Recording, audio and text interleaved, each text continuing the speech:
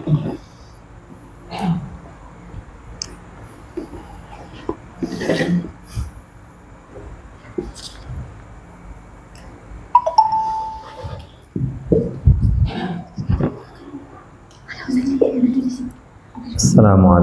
warahmatullahi wabarakatuh. Waalaikumsalam warahmatullahi wabarakatuh. Bismillahirrahmanirrahim. Alhamdulillahirabbil alamin. Hamdan thayyiban mubarakan fih. Allahumma shalli wa sallim ala sayyidina Muhammadin wa ala alihi wa sahbihi wa sallam tasliman katsira, amma ba'du.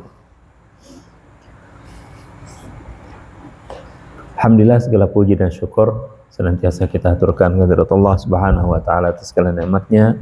Salawat dan salam kita haturkan kehadirat Nabi kita Muhammad sallallahu alaihi wasallam serta kepada keluarga, sahabat beliau dan para pengikut setia mereka hingga hari kiamat. Amma ba'du. Melanjutkan kajian kita pada bab 60, pemurah dan dermawan dalam kebaikan. Hadis ke-563. Bismillahirrahmanirrahim. Bismillahirrahmanirrahim. Wa an Aisyah radhiyallahu anha Wa an Aisyah radhiyallahu anha annahum dhabahu syatan faqala an-nabiy sallallahu alaihi wasallam faqala Nabi sallallahu alaihi wasallam ma baqiya minha ma baqiya minha qalat ma baqiya minha illa katifuha ma baqiya minha illa qala baqiya kullaha baqiya kullaha ghaira katifiha rawahu Tirmidzi wa qala haditsun sahih. wa qala haditsun sahih. Bahwa mereka membeli seekor kambing, maka Nabi Muhammad Sallallahu Alaihi Wasallam bertanya, apa yang masih tersisa darinya? Aisyah menjawab, tidak ada yang tersisa kecuali sampionya. Beliau bersabda, tersisa semuanya kecuali sampionya. Diriwayatkan oleh At-Tirmidzi. Beliau berkata, hadis sahih. Wa an Asma binti Abi Bakrin Wa an Asma binti Abi Bakrin radhiyallahu anhuma radhiyallahu anhuma qalat qalat qala li Rasulullah sallallahu alaihi wasallam qala li Rasulullah sallallahu alaihi wasallam la tuki la tuqi fayukillahu alayki fayuqillahu alaihi wa fi riwayatin wa fi riwayatin anfiqi anfiqi aw infahi aw infahi aw yandahi aw infahi wa la tuhsi wa la tuqsi fayuhsillahu alayki fayuqillahu alaihi wa la tu'i wa la tu'i fayu'illahu alayki. fayuqillahu alaihi. Muttafaqun alaih. Muttafaqun alaihi. Dari Asma binti Abu Bakar As-Siddiq, beliau berkata, Rasulullah Shallallahu Alaihi Wasallam bersabda kepada saya, janganlah kamu menahan sehingga akan ditahan terhadapmu dalam suatu riwayat. Nafkahkanlah, belanjakanlah atau sedekahkanlah, dan janganlah kamu menyimpan sehingga Allah akan memutuskan terhadapmu, dan janganlah kamu menahan kelebihan hartamu sehingga Allah akan menahan karunia-Nya terhadapmu. Dua hadis ini bagian daripada bab pemurah, ya.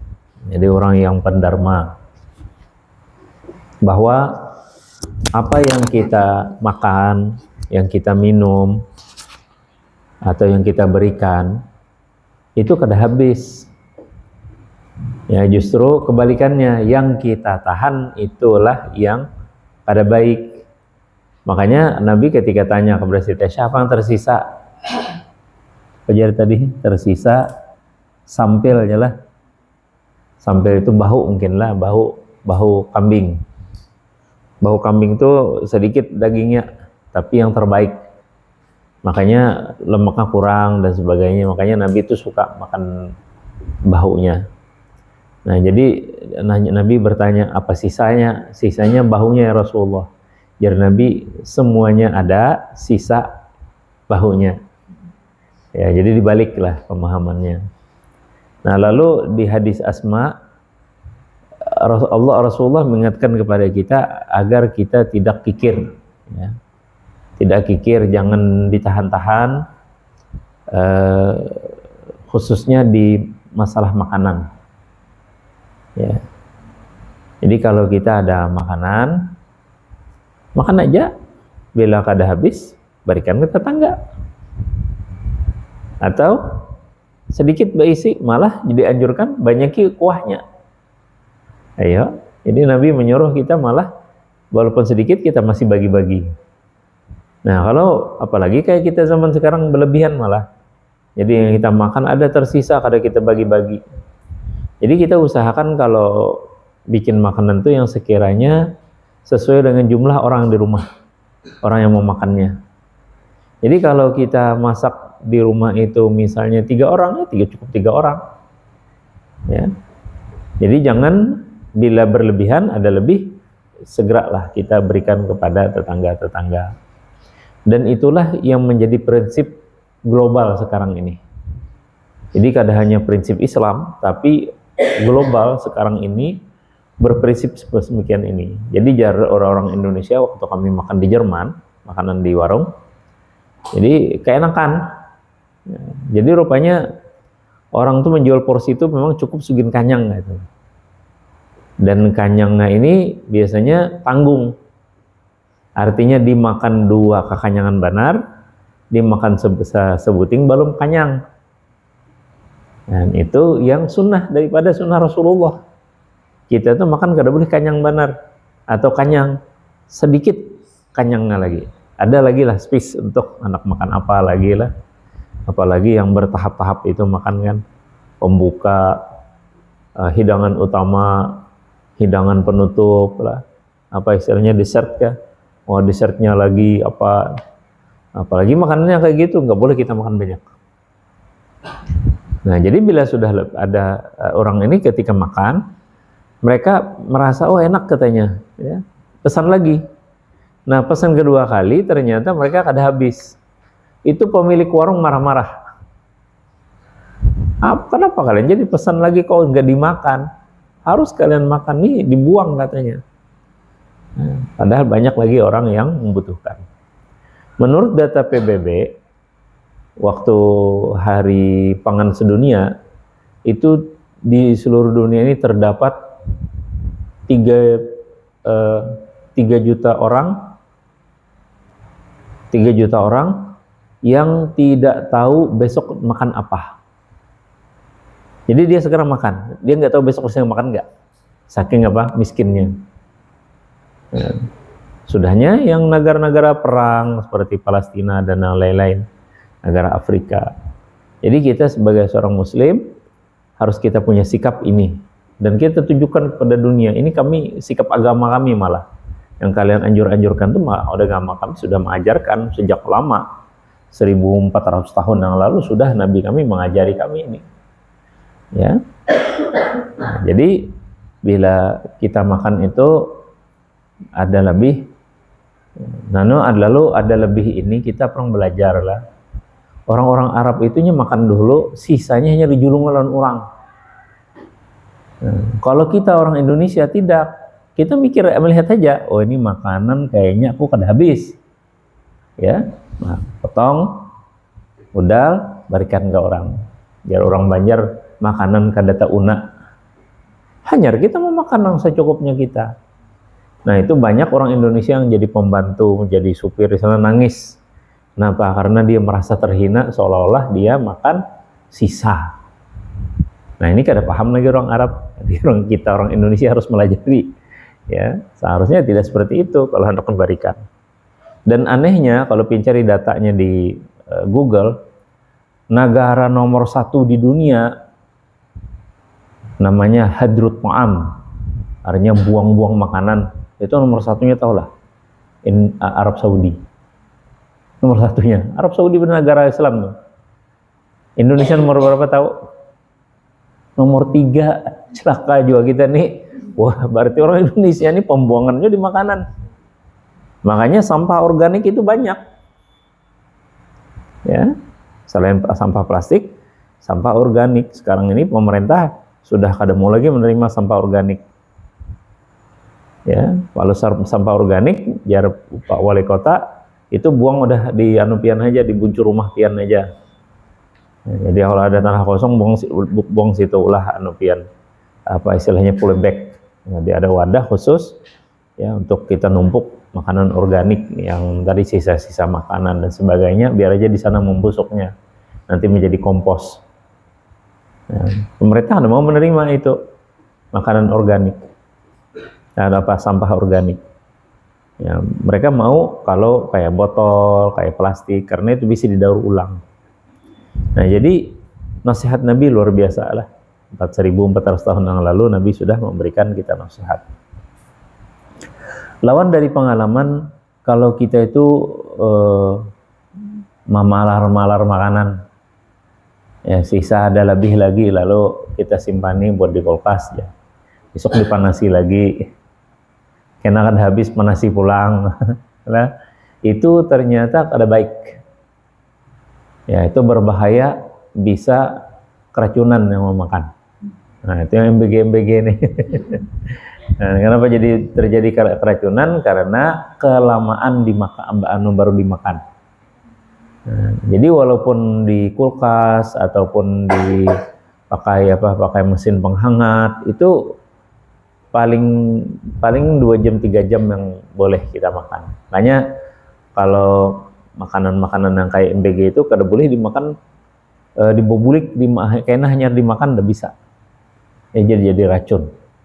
Kenapa? Karena bakteri E. coli itu akan berkembang.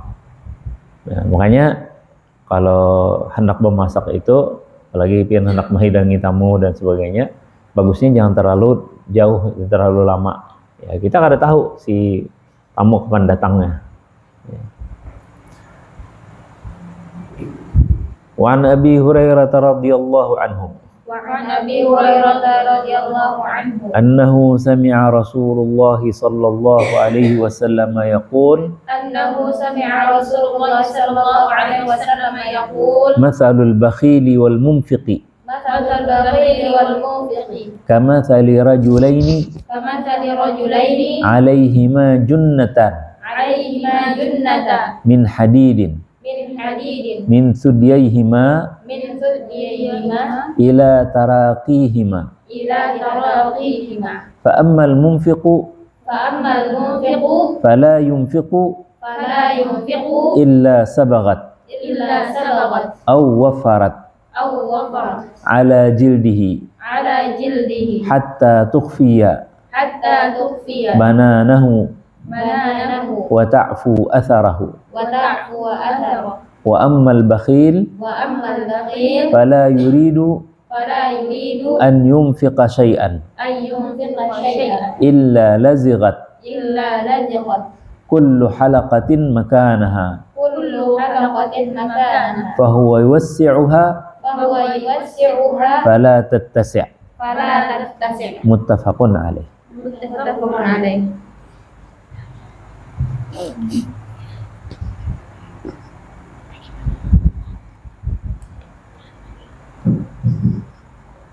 Dari Abu Hurairah radhiyallahu anhu bahwa beliau mendengar Rasulullah SAW bersabda, perumpamaan orang bakhil dan orang yang menafkahkan hartanya adalah bagaikan dua orang yang memakai baju besi, mulai dari dadanya hingga tulang selangkanya. Adapun orang yang berinfak, maka setiap kali dia berinfak, baju itu mengembang menutupi kulitnya hingga menutupi jari jemarinya dan menutupi jejak langkahnya. Sedangkan orang yang kikir, maka setiap kali dia tidak ingin membelanjakan hartanya, tiap-tiap lingkaran besi itu akan melekat pada tempatnya. Dia berusaha mengembangkannya, tetapi baju itu tidak bisa berkembang. Muttafaqun alaih. Jelas mungkin inilah ya. Jadi as-shadaqatu junnah. Sedekah itu perisai. Perisai dari apa? Dari murka Allah. Kita ini kada tahu berperilaku atau berkata-kata, ternyata itu Allah murka, bisa menghantar kita ke neraka 70 tahun, na'udzubillah min dzalik. Nah, maka kada salahnya kita setiap hari itu bersedekah supaya menjadi perisai bagi kita. Jadi Nabi menggambarkan seakan bagi orang yang berinfak itu semakin banyak dia berinfak makin tertutupi seluruh tubuhnya daripada baju besi yang menutupi dan menutupi tubuh kulitnya ya sehingga menjadi aman. Tapi kalau orang kikir itu kada bertambah-tambah segitu aja perisainya. Ya, malah perisainya itu malah menjadi melengket di tubuhnya. Dia merasa susah, merasa mencekeknya ketika dia mencoba menggesernya supaya bisa terasa lebih lega, justru lebih berikit lagi. Nauzubillah min zalik. Wa anhu qala Rasulullah sallallahu alaihi wasallam man tasaddaqa bi'adli tamratin min kasbin tayyibin wala yaqbalullah illa at-tayyib fa inna allaha yaqbaluha biyaminihi thumma yurabbiha li sahibiha kama yurabbi ahadukum fuluwahu hatta takuna mithlal jabal. Muttafaqun alaih. Dari Abu Hurairah radhiyallahu anhu, beliau berkata kepada Rasulullah SAW bersabda, barang siapa bersedekah seharga sebutir kurma dari hasil usahanya yang halal dan Allah tidak menerima kecuali hanya yang halal, maka Allah menerimanya dengan tangan kanannya. Kemudian dia mengembangkannya untuk pemiliknya sebagaimana seorang di antara kalian merawat anak kudanya hingga sedekah itu menjadi sebesar gunung. Muttafaqun alaih. Di hadis ini memerintahkan kita yang pertama bila berusaha cari yang halal. Yang halal, yang baik. Jadi seiring dengan firman Allah, wala tayammamul khabitha minhu tunfiquna walastum biakhidhihi illa an tughmidu fihi. Janganlah kalian ketika bersedekah itu cari yang jelek-jelek. La tayammamul khabith. Lalu kalian berikan itu yang kada baik tadi. Andai kata kalian yang diberikan, maka kalian tidak akan menerimanya kecuali karena terpaksa. Itu tughmidu fihi. Ya. Nah, jadi kalau kita merasa diri kita aja kada termakan, kada menerima barang ini, maka baiknya lah kita memberikan yang terbaik bagi orang lain. Sekarang ini dahulu sumbangan pakaian itu menjadi hal yang problem, jadi masalah. Kenapa? Karena baju-baju yang produksi massal, ya itu kainnya itu kalau dipakai lagi, dipakai sekali aja udah rusak, udah lusuh dan sebagainya. Jadi saya ada lihat itu si Joy Khattab itu dia meliput di Afrika, saya nggak salah di Negria. Itu ada yang mengimpor barang-barang bekas itu, kayak kita di sini juga. Alhamdulillah Indonesia melarang, pemerintahnya melarang. Dahulu boleh kan, jadi pakaian bekas itu diimpor. Jadi dia bilang, ini apa ini, sampah ini, nggak bisa saya jual lagi. Ini bertonton, dia bilang, dikirim ke kami, ini hanya sampah, dia bilang. Nah, jadi ada pakaian-pakaian yang kada layak lagi dipakai.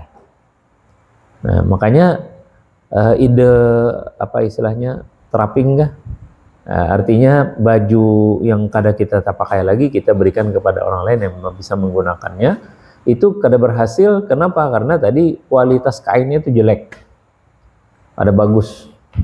Nah, oleh karena itu menjadi catatan bagi kita bila menukar baju yang bagus lah, ya. Ipoh Santosa itu dia bilang, saya punya baju cuma 2 lembar atau 3 lembar, tapi yang paling bagus, bukan yang paling mahal, yang paling bagus. Ya bagus seperti mahal lah, ya lah. Jadi jangan melihat kita, jangan karena mereknya, ya bukan karena mereknya, tapi karena kualitas. Ya, dan alhamdulillah itu punya Indonesia bagus, makanya di seluruh dunia diakui. Ya, bahkan produk-produk yang bukan bikinan Indonesia itu di label dengan Made in Indonesia. Kenapa? Karena orang lebih percaya bikinan Indonesia. Makanya kita bisnis garment itu untuk Indonesia ini diakui sedunia. Jadi alas kaki seperti sepatu, sandal itu kita diakui sedunia termasuk pakaian. Ya, siapa hendak jadi pengusaha eksportir ya, insya Allah. Nah, jadi yang penting kalian paham dulu bahan itu. Ya, saya paham bahan itu ketika ini aja, ketika mensetrika.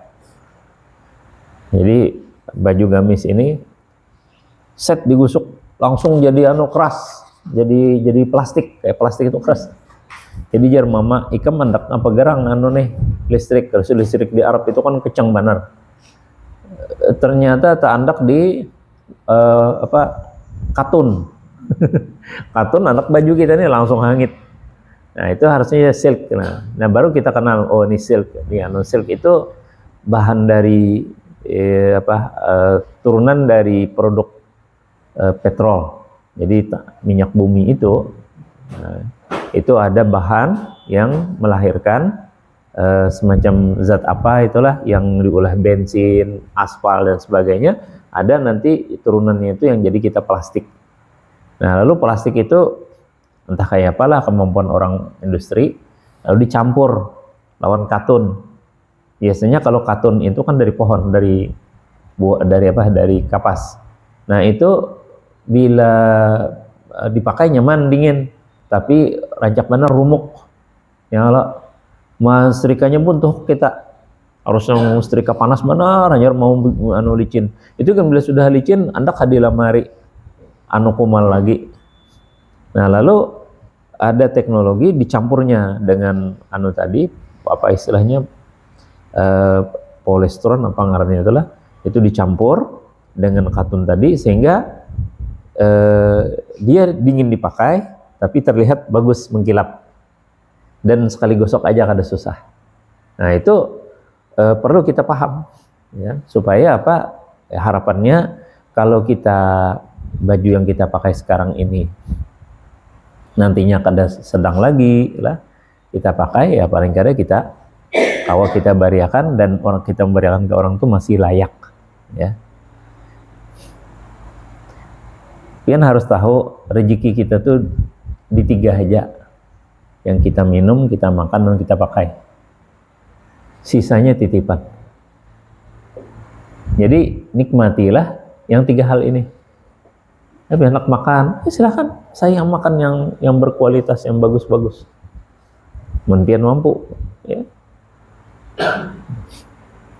Makan yang bergizi, yang bagus, ya, kualitasnya. Minum kayak itu juga, pakai pakaiannya. Nah, kalau suami istri itu, suami itu harus menyiapkan 2 kali setahun untuk pakaian untuk istrinya. Hari Raya Idul Fitri dan Hari Idul Adha. Nah, jadi orang Islam itu disuruh bungas terus, ya harus ya penampilannya bagus dan sebagainya. Apalagi yang dia cari tadi yang berkualitas. Nah, jadi kalau 2 kali setahun berarti banyak baju pian yang anak pian sumbangakan yang ala. Nah, kalau hanya baju yang bagus-bagus pian bisi, ya baguslah itu disumbangkan.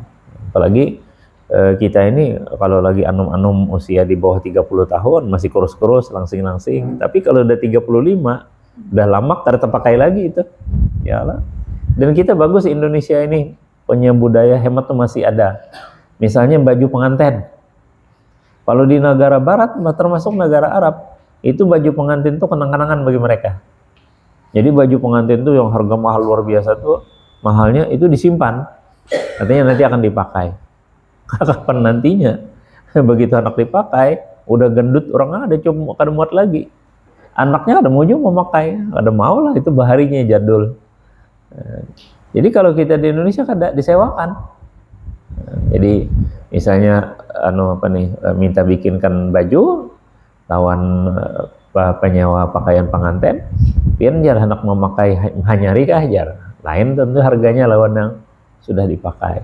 Nah, jadi bisa kita yang sudah pernah dipakai paling kan sehari 2 hari orang memakai.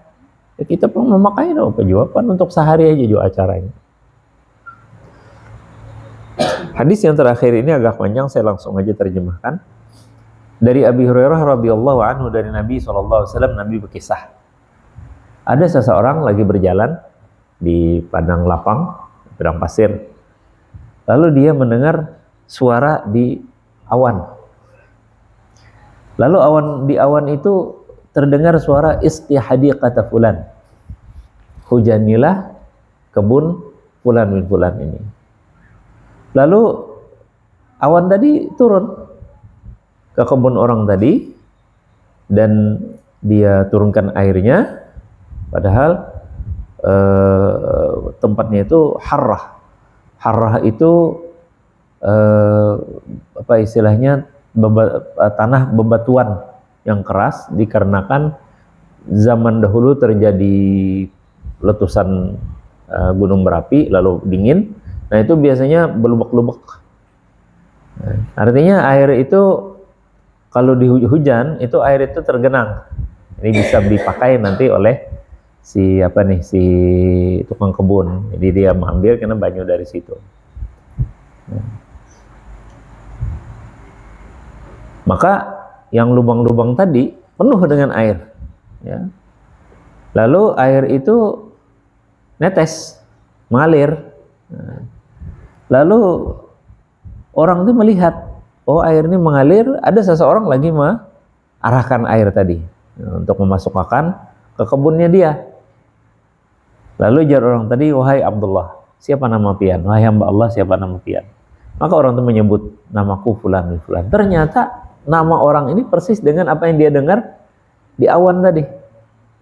Nah lalu dia bertanya, kenapa kamu bertanya nama saya? Jadi jar orang ini, saya mendengar suara dari atas awan itu, turunkanlah airmu dan siramilah pada kebun fulan bin fulan, menyebut nama kamu. Oleh karena itu saya penasaran, apa yang pian lakukan? Jadi pian punya karamah nih, ini karamatul auliya namanya, karamah Allah bagi wali-walinya Allah. Maka orang itu bilang, amma idza qulta hadza fa inni anzuru ila ma yakhruju minha. Kalau kamu bilang itu, maka aku melihat nanti hasil daripada kebun itu. Maka sepertiganya aku sedekahkan, sepertiganya aku makan dengan anak-anakku, sepertiganya aku kembalikan kepada pepohonan itu, artinya untuk membeli segala sesuatu untuk ditanam lagi. Nah, jadi itulah hadis riwayat Muslim. Jadi dari hadis ini orang itu diberi Allah karamah, kemuliaan. Kenapa? Karena dia bersedekah, setiap kali mendapatkan hasil dari bumi itu dia sedekahkan sepertiga. Jadi lebih daripada apa? Zakat. Kalau zakat 10% yang tak ada hujan. Kalau kada tak ada hujan 2,5%. Ya lebih kecil lagi. Nah ini sidin ini berapa? 3 kali lipat, sepertiganya daripada zakatnya beliau sedekahkan. Nah sepertiganya beliau makan, nikmati daripada beliau dengan keluarga beliau, dan sepertiganya lagi untuk menambahkan modal. Ya, coba pianlah berusaha lah, jangan berpangku tangan. Walaupun pian alhamdulillah misalnya abah pian diberi Allah rezeki lumayan, ya kenapa kada pian mencoba berusaha. Dan usaha yang paling nyaman dan paling cepat bolak-balik modal itu makanan. Paling cepat tuh. Apalagi karena belum puasa. Bola putri salju kah pian, apakah? Kelamben kah lah? Bola. Insya Allah itu ada barakahnya. Nanti bila pian dapat hasil, bikinlah seperti ini. Sepertiga daripada pendapatan, sepertiga dari hasil asetnya, sepertiga sedekah, sepertiga dinikmati, sepertiga untuk dibalik lagi segini modal. Yang tadinya nukar kompor gas saja, ya Allah. Nah, pakai oven, beli lagi, nambah lagi untuk modal dan sebagainya. Mudah-mudahan itu insya Allah ada barakahnya. Ya, jadi hadis-hadis Nabi ini kita dengar, insya Allah kalau kita terapkan, mudah-mudahan kita dapat barakah. Amin ya rabbal alamin. Bab berikutnya, bab ke-61. Larangan bakhil, kikir. dan tamak. Allah Subhanahu wa taala berfirman, "Wa amma man bakhila wastaghna wa kadzdzaba bil husna fasanuyassiruhu lil usra wa ma yughni anhu maluhu idza taradda." Dan adapun orang-orang yang kikir dan merasa dirinya cukup serta mendustakan pahala yang terbaik, maka kelak kami akan menyiapkan baginya jalan yang sukar dan hartanya tidak bermanfaat baginya apabila ia telah binasa. Nauzubillah min dzalik. Ini ayat dari surah Al-Lail menjadi renungan kita dalam hidup ini, ya. Fa'amman ittaqa wa saddaqa bil husna fasanuyassiruhu lil yusra. Barang siapa bertakwa kemudian bersedekah, maka dia akan mendapatkan jalan yang mulus, yang baik, yang mudah. Tapi kalau dia kikir, auzubillah min zalik, ujar Allah Ta'ala, kikir dan merasa dia cukup. Merasa cukup itu apa? Artinya sombong. Wah, aku kada perluan siapa-siapa. Aku ini berhasil karena apa? Karena aku ini hard baru bisnis. Atau karena aku ini kuat tenaga. Jadi ada kawan berkisah di kampung tuh dahulu, jar. Kan kebiasaan orang di kampung tuh kalau lagi bertani itu berkelompok-kelompok. Makanya ada istilah handilan. Jadi misalnya saya bekerja suami istri, suatu lahan luas, nggak sanggup. Nah, tetangga-tetangga saya ngumpul, semuanya ikut bertanam. Wah, sama-sama. Untung, alhamdulillah hari ini selesai. Besok sebelah lagi. Jadi yang punya tetangga saya lagi bantu mereka. Dan seterusnya. Jadi ada orang nggak kuat. Pokoknya berapa hektar itu dia kerja sendiri. Benar kuat. Dan bila dia panennya juga panen sendiri. Sugih lah orangnya, sorangan. Tapi sayangnya si Din itu jar kawan nih, begitu berumur, kada kawa lagi si Din. Begitu si Din kada kawa lagi, orang kada simpatik lagi. Si Din minta tolong bantu orang, kada ada orang yang mau bantu si Din. Nah itu tuh dapat pesannya siruhu lil usra, susah dia jadi. Tadi betul lagi dia kuat, dia lagi masih muda, berani dia bekerja sendiri. Tapi begitu sudah tua, nggak ada lagi orang bisa bantu dia. Nah, ini wama yughni anhu maluhu idza taradda. Bila dia sudah susah, jangankan akhirat dunia aja udah susah dia. Hartanya tidak bisa menolong dia. Nah, dan Allah berfirman, "Wa may yuqashuhha nafsihi faulaika humul muflihun." Barang siapa melindungi dan siapa yang dipelihara dari kekikiran dirinya, mereka itulah orang-orang yang beruntung. Bahasa Arab nih luar biasa maknanya. Jadi orang yang kikir, bakhil, tuh. Orang bakhil itu dia tidak mau membantu orang. Dia bekerja sendiri tadi. Dia menikmati hasilnya sendiri. Kalau dia punya anak istrinya menikmati, tapi dia nggak pernah ngasih orang. Itu bakhil. Lalu ketika dia bakhil, dia akan mikir, dia tahu akibat dia bakhil ini kayak orang tadi. Kalau aku sudah tua, kayaknya orang kada berpikir lagi membantu aku. Oleh karena itu, naiklah tingkatannya dari bakhil menjadi tamak. Apa itu tamak? Ampun seorang disintak, ampun orang digawi.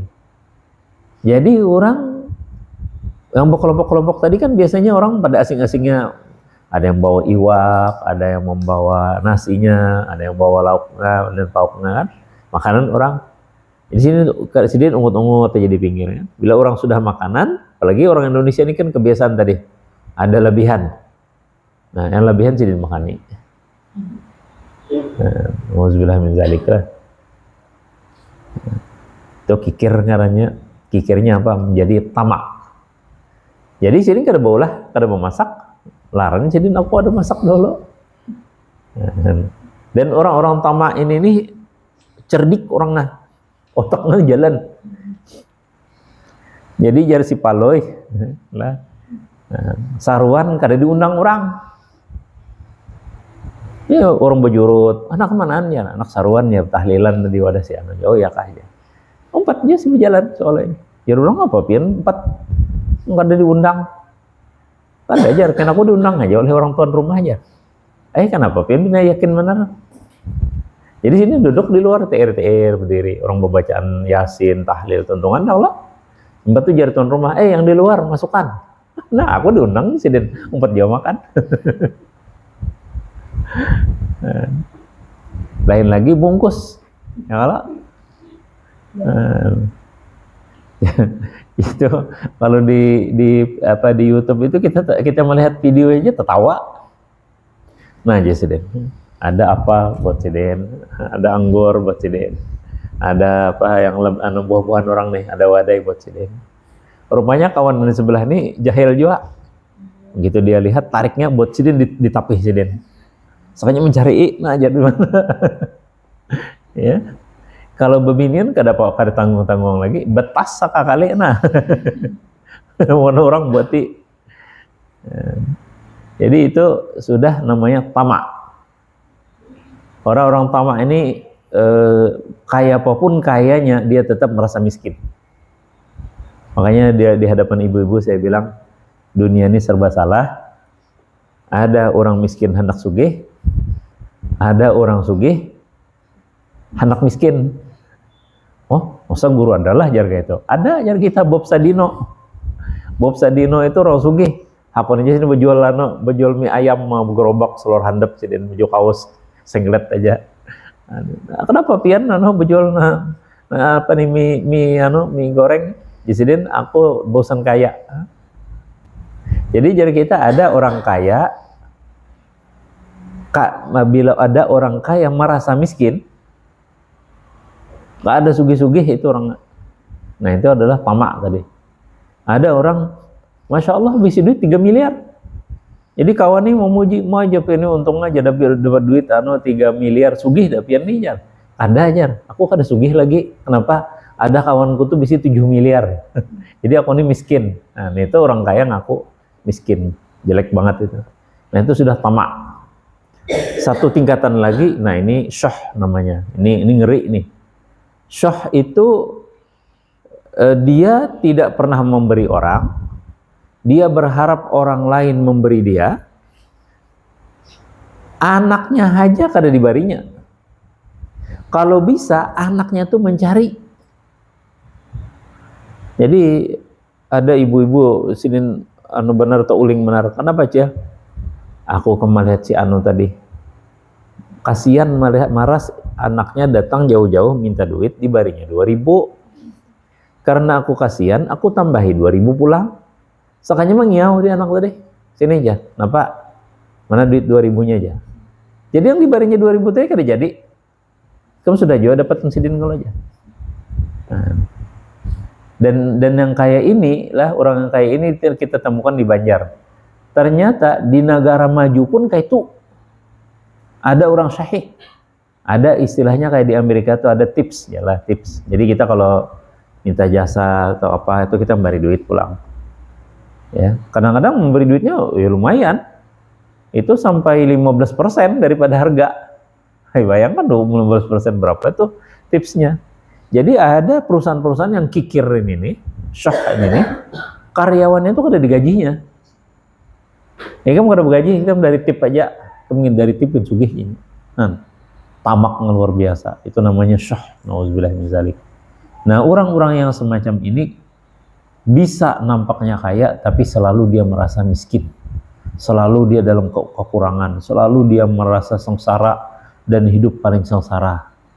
Ya, makanya itu Mr. Crab itu tuh kan sakitan awak tuh. Gara-gara apa?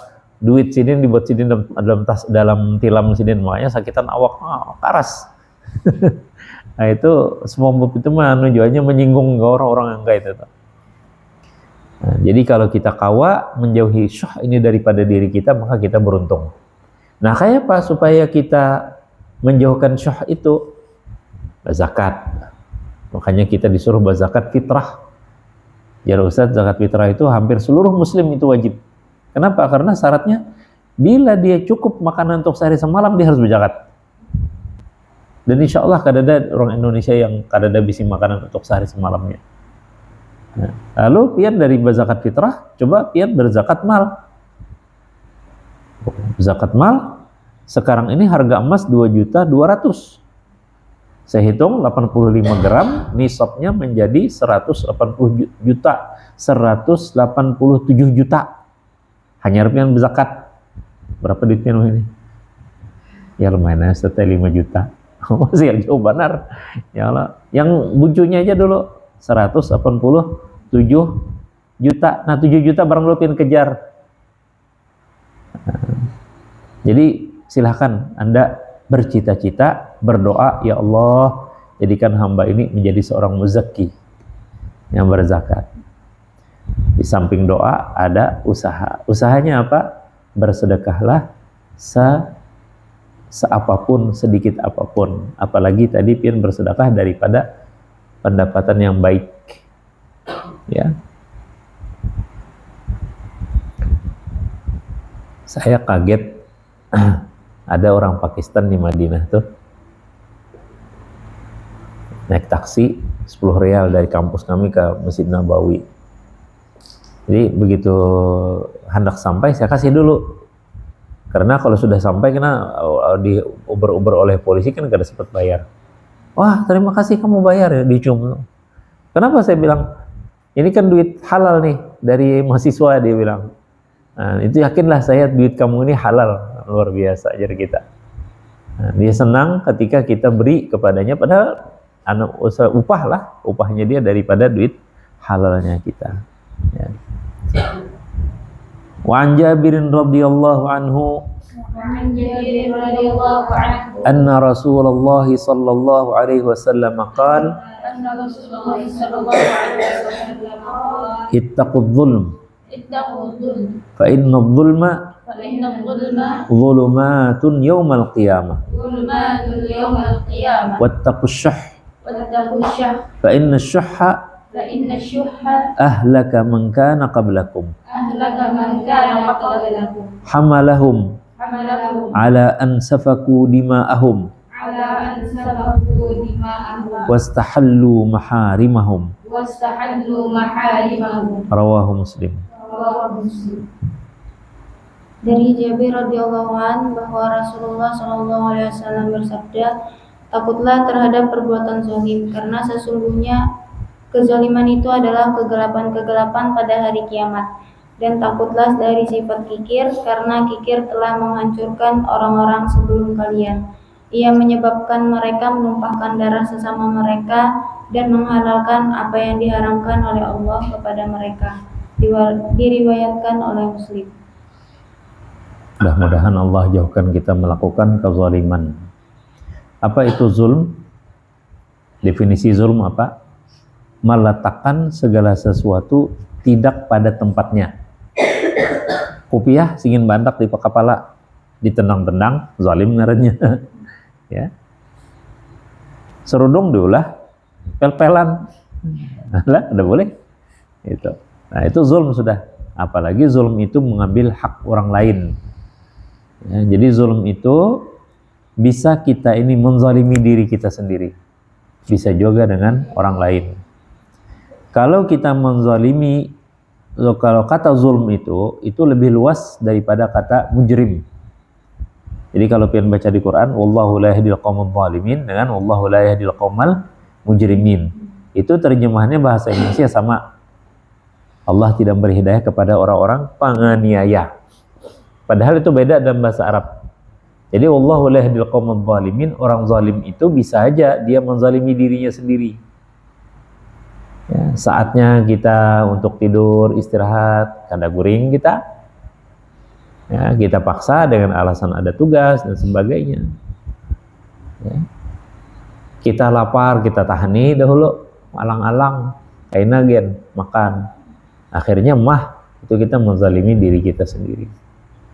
Nah, berbahaya lagi ketika kita menzalimi orang lain, mengambil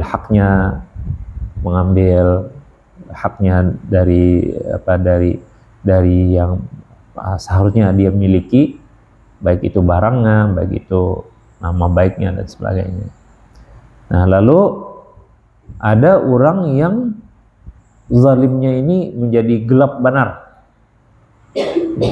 Jadinya kena merasa lagi menyakiti orang. Untungnya tuh sembarangan aja, mati orang. Bunuh kau, aku bunuh kau. Kayak nyaman mana tuh. Menyakiti orang kesakitan tertawanya. Bukannya, oh kasihan, maaflah, ada. Nah, ini sudah menjadi mujrim, penjahat. Nauzubillah min dzalik. Tapi nanti di hari kiamat, jar Nabi, zulumatun yaumal qiyamah. Ada kemarin Ustaz mendengar hadis dibacakan oleh Syekh Muhammad bin Utsaimin bahwa di hari kiamat itu kan akhirat lah, hari akhir itu banyak alamnya.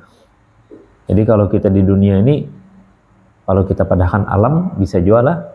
Jadi alam bayi baru lahir, anak-anak, remaja, ya Allah, pemuda, terus dewasa dan tua. Dalam Al-Quran cuma 3 tahap aja.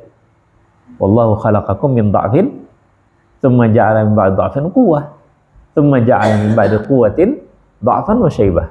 Allah ciptakan kalian dan Dia jadikan kalian itu lahirnya dalam keadaan lemah, kemudian kuat, kemudian lemah dan tua. Ini tiga alam aja kita nih, hidup dunia nih. Tapi kalau akhirat enggak, ada namanya alam barzakh, di mana Nabi menceritakan begitu kita dikubur, roh kita dikembalikan dan ditanya oleh malaikat Munkar Nakir. Itu disebut alam barzakh. Lalu alam kiamah, kebangkitan dari kubur, juga disebut yaumal ba'ts. Kemudian yaumal hasyar, hari kita dihimpunkan. Nah, sudah 3 alam lah. Yaumal hasyar, dihimpunkan. Anyar di hari hasyar itu yauma yad'u kullu unasim bi imamihim, dikumpulkan. Masing-masing manusia itu ikut dengan apa? Dengan imamnya. Maka imam kita Al-Quran, dan imam kita adalah Quran. Nah, lalu setelah hasyar kita berada di situasi kondisi yang sangat susah payah, baik orang yang soleh ataupun yang, apalagi orang yang kada soleh, yang zalim, makin lagi orang soleh aja berat. Nah, pada saat itu yang mulia-mulia hanya 7 golongan. Imam, pemimpin yang adil, orang yang selalu hatinya bergantung di masjid, orang yang bersedekah dengan tangan kanannya, tangan kirinya pun tidak tahu berapa yang diberi oleh tangan kanannya. Ya, ada pemuda yang diajak oleh wanita cantik berduit untuk melakukan zina, dia bilang aku takut Allah. Ya Allah, apalagi ada 7 orang. Nah, di antara 7 ini plus 1 lagi, orang-orang yang penghafal Al-Quran, yang diberi oleh Allah kedudukan ala manabira min nur yaghbituhumul anbiya. Allah dudukkan mereka itu di sebelah kanannya Allah, di mimbar-mimbar cahaya. Nabi-nabi aja iri kepada mereka. Nah, jadi 7 tambah tadi siapa? Yang menghafal Quran.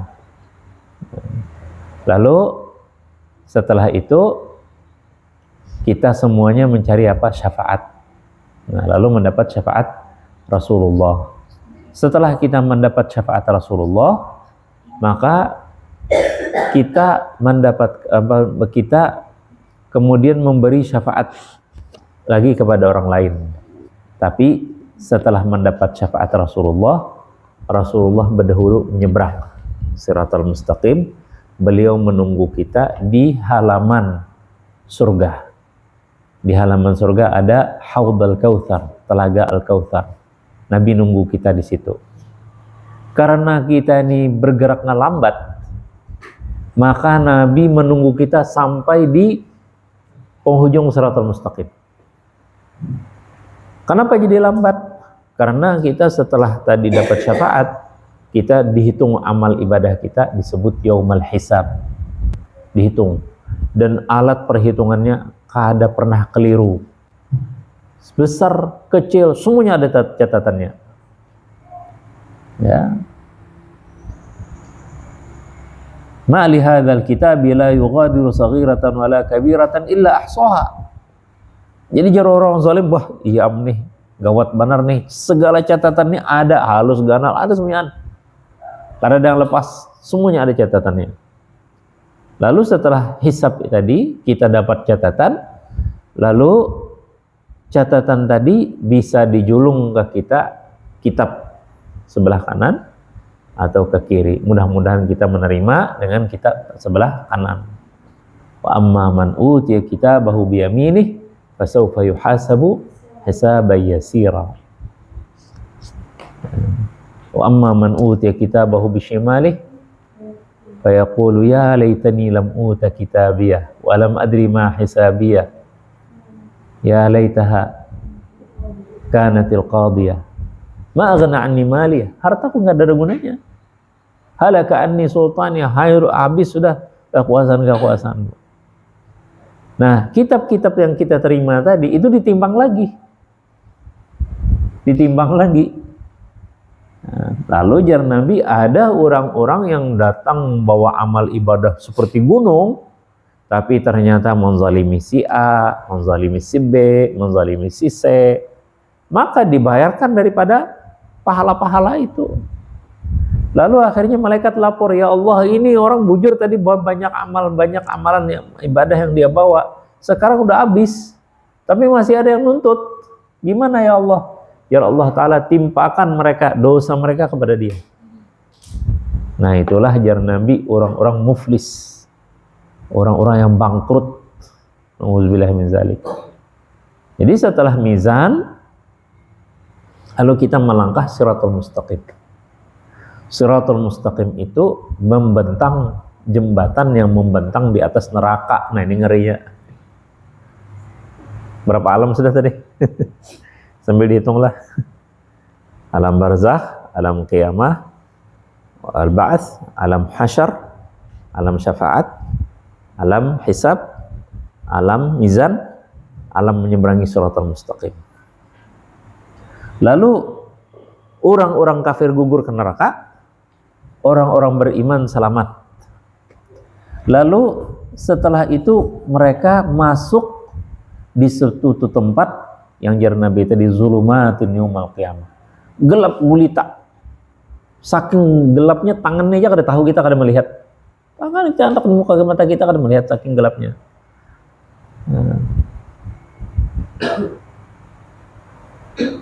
Apa di surah Hadid itu? Iltamisu nura. Qila irji'u wara'akum faltamisu nura. Qila irji'u wara'akum faltamisu nura. Jadi orang-orang munafik itu kada melihat, gelap, karena dia zalim. Zalim pada dirinya, dia munafik. Zulumatun yaumal qiyamah, di situ gelapnya. Jadi mereka itu kejar-kejar dengan orang-orang bercahaya.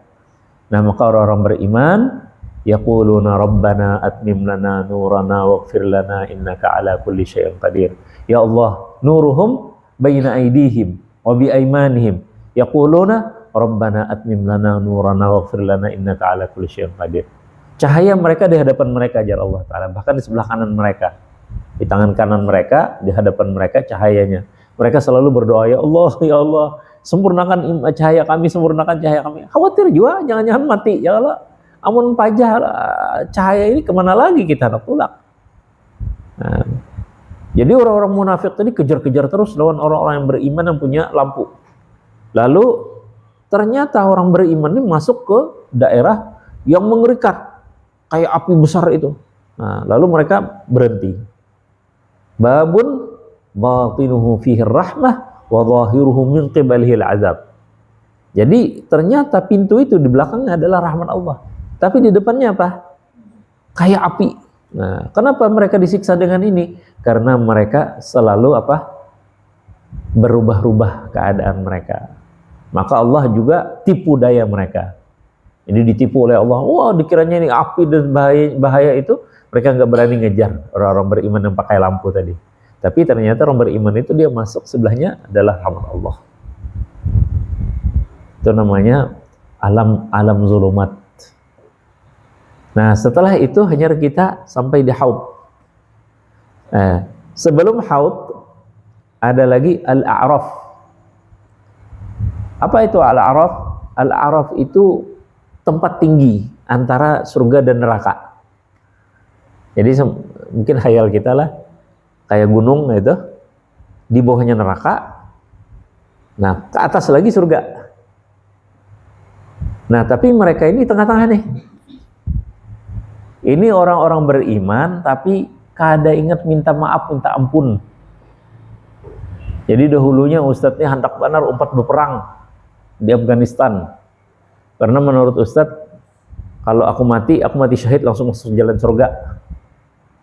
Tapi jar guru ustadz, pian-pian yang hendak berjuang ke Afghanistan, hendak mati syahid, sudahkah berizin non ayah ibu? Kalau kamu tidak berizin kepada ayah ibu kalian nanti sangkal, kamu bukan masuk surga, justru masuk neraka. Tapi karena kamu berjuangnya ikhlas tulus karena Allah, maka kamu tidak masuk neraka. Jadi di mana andakannya? Masuk surga kada, masuk neraka kada. Itu al-a'raf. Wa idza surifat absaruhum tilqa ashabin nar qalu rabbana la taj'alna ma'al qaumidz zalimin. Jadi mereka tuh menghadap ke neraka, muhanya nih hangit, belakangnya aman. Lalu mereka berdoa, ya Allah, ya Tuhan kami, la taj'alna ma'al qaumidz zalimin. Jangan engkau masukkan kami bersama orang-orang zalim itu. Maka berpalinglah mereka. Wajahnya ke surga, buritnya ke neraka. Jadi buritnya hangit. Nauzubillah min dzalik. Lalu mereka minta, ya Allah, jauhkan kami dari panasnya neraka ini. Maka akhirnya mereka juga masuk surga. Nah, jadi ketika kita kumpul di halaman surga itu, maka yang pertama membuka pintu surga adalah Nabi kita Muhammad SAW. Lalu orang pada berbondong-bondong. Jadi jar Nabi, luasnya pintu surga itu bagaikan antara Irak dan Syam. Luasnya luar biasa. Jadi kalau pesawat aja itu membutuhkan 4 jam nyar tembus dari Irak ke Syria. Tapi jar Nabi pada hari itu berkerumunnya orang luar biasa, berdesak-desakan pada hendak masuk surga. Dan pintu surga itu ada 8. Ada pintu istimewa, jadi kita pintu VIP. Nah, di antaranya Babur Rayyan, orang-orang yang rajin berpuasa. Itu khusus mereka saja. Nah, rupanya ada kartu khususnya lah. Oh, ini VIP, orang para pemuasa. Ada lagi bab orang-orang khusus yang rajin bersedekah. Ada lagi yang khusus, makanya kita harus spesialisasikan diri kamu. Ya, pilih daripada kebaikan yang menjadi karakter kamu. Ya. Kalau pian ulun ustaz mampu mengaji 10 juz sehari, situ bagus pian karasi dulu. Nah, alhamdulillah ustaz, begitu ulun sekarang ulun banyak sudah sibuk atas berkah Al-Qur'an. Alhamdulillah Allah bukakan ulun pintu-pintu keberkahan, tapi ternyata ulun ustaz kada kawa lagi mengaji yang 10 juz. Terus kamu apa? Ulun lagi kuliah, lagi rame benar kuliah sampai S2 nih nah. Alhamdulillah dapat beasiswa, tapi ternyata ulun sibuk benar tapi kaum baca Quran. Hati-hati, jangan tinggalkan Quran. Usahakan sejuz sehari. Kalau tadi 10 juz kamu bisa, nah sekarang apa? Balik 1 juz sehari tapi plus hadis Nabi. 1 juz sehari plus ilmu-ilmu agama lain. Makanya kita di sini, kenapa saya mengajak kalian untuk baca kitab Riyadhus Shalihin, supaya kita mencari jati diri kita. Nah, kalau kalian sudah mengaji, alhamdulillah, coba baca hadis pulang. Makanya sekarang ini musabaqah tilawat Al-Quran MTQ itu menjadi MTQH. Hanya apa? Hadis. Tahu kenapa?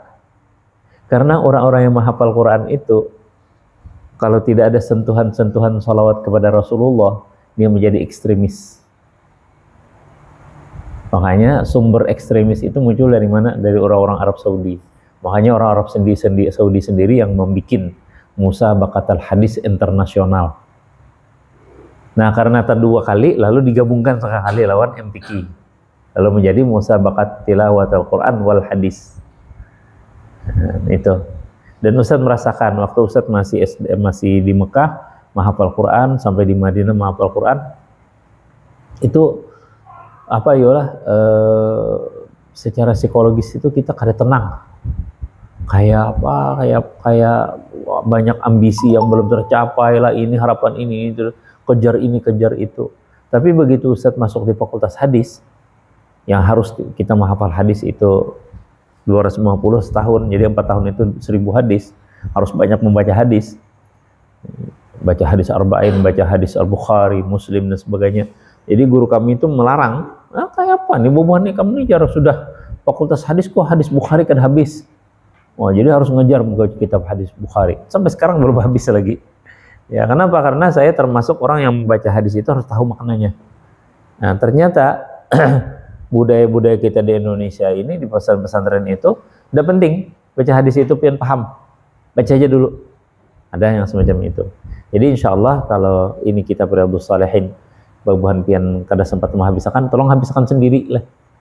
Nah, ini ada apa-apa karena bila pian kada paham tinggal SMS aja, Ustaz lu kada paham hadis ini. Nah, insya Allah mudah-mudahan Ustaz kau jawabkan ya. Nah, jadi zulumatun yaumil qiyamah tadi mengerikan. Mudah-mudahan Allah Subhanahu wa taala menjauhkan kita daripada sikap asyuh dan zalim pada diri kita atau apalagi kepada orang lain. Allahumma la ilma lana illa ma 'allamtana wa qur bi zidni ilma. Allahumma inna nas'aluka ilman nafi'an wa rizqan wasi'an wa 'amalan mutaqabbala. Allahumma hdina li ahsanil akhlaq la yahdiha li ahsaniha illa anta wasrif 'anna sayyi'aha la yasrifu 'anna sayyi'aha illa anta. Wa sallallahu ala sayyidina Muhammad wa ala alihi wa sahbihi ajma'in. Alhamdulillahirabbil alamin. Assalamualaikum warahmatullahi wabarakatuh. Waalaikumsalam.